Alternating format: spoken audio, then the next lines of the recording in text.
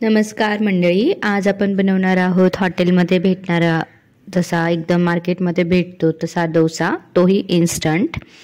ते अगदी सोप्या पद्धतीने बनवणार आहोत आणि एकदा तुम्ही नक्की ट्राय करा आणि आमच्या चॅनलवर नवीन असतील तर नक्की सबस्क्राइब करा। तर चला त्याची मेजरमेंट बघूया। आपण एक वाटी घ्यायची आणि त्या वाटीचे जर तुम्ही 1 कप जर वाटी टाकलंय तांदूळ तर त्याचे 1/4 कप आपण डाळ टाकणार आहोत।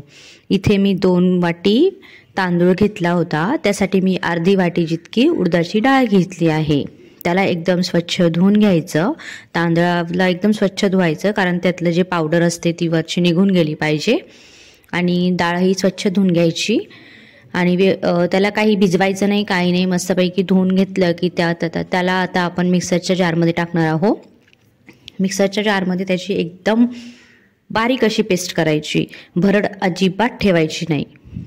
आणि त्यात आपण आता एकदम सिक्रेट म्हणजे मेथी दाणा टाकणार आहोत, 1 छोटा चम्मच, कारण याच्याने आपल्या डोसाचा क्रिस्पीनेस हा खूप वेळ टिकून राहतो। आणि आपला घरचा बनवलेला दही जो आहे 1 चम्मच इतका दही टाकला आहे, जेणेकरून यात थोडासा आंबटपणा येईल, कारण आपण याला फर्मेंट केलेलं नाही आहे अजिबात, याला लगेच इन्स्टंट आपण बनवतोय।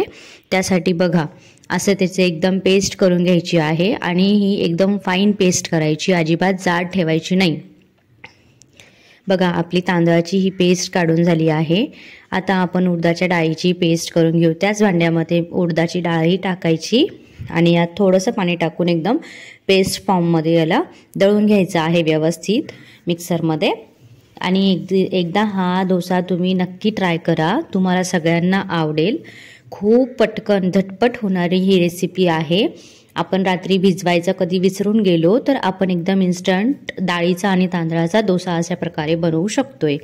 बघा तर आपलं बॅटर हे एकदम मस्त असं दळून झालेलं आहे।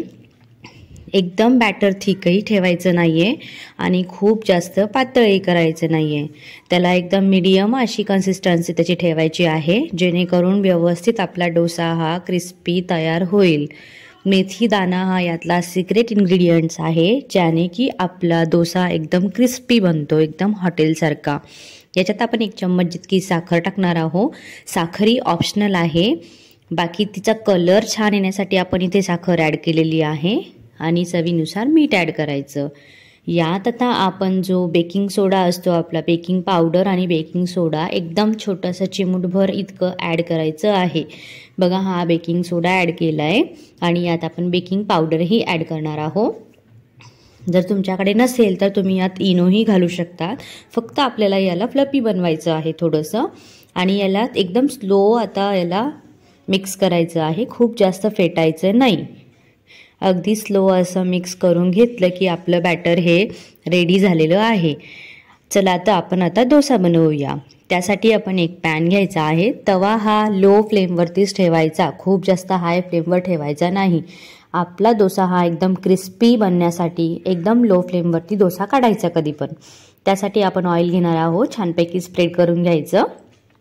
यावर आता बॅटर टाकायचं आणि मधून बाहेरपर्यंत असं गोल फिरवत असा अगदी पातळ असा डोसा छानपैकी तयार करायचा आणि याला मस्त असं शिजू द्यायचं लो फ्लेमवरती अगदी। आणि त्यावर 1 चम्मच तुमच्या घरात म्हणजे तेल खात असतील तर तेल या मग तूप जे काही टाकायचं आहे, मी तर तेल टाकलं आहे चम्मचभर, 1 चम्मच तेल टाकायचं आणि याला आता एकदम लो फ्लेमवरती होऊ द्यायचं जोपर्यंत असं ब्राऊन कलर, हे बघा असा ब्राऊन कलर आला पाहिजे खालून। आता आपण याला काढून घेऊया। एकदम हॉटेलसारखा डोसा हा बनून तयार झालेला आहे। तुम्ही बघू शकताय किती इझिली इथे निघत आहे, एकदम इझी निघतो आणि बनवण्यामध्ये अगदी झटपट, अजिबात टेन्शन नाहीये की डोसा तुटेल किंवा काय नाही। जो पहिल्यांदा बनवतोय तोही या रेसिपीला फॉलो करेल तर नक्की तो पण परफेक्ट असा डोसा बनवेल। बघा डोसा हा किती छान निघालेला आहे आपला। आता याला आपण छानपैकी हॉटेलसारखं फोल्ड करून घेऊया।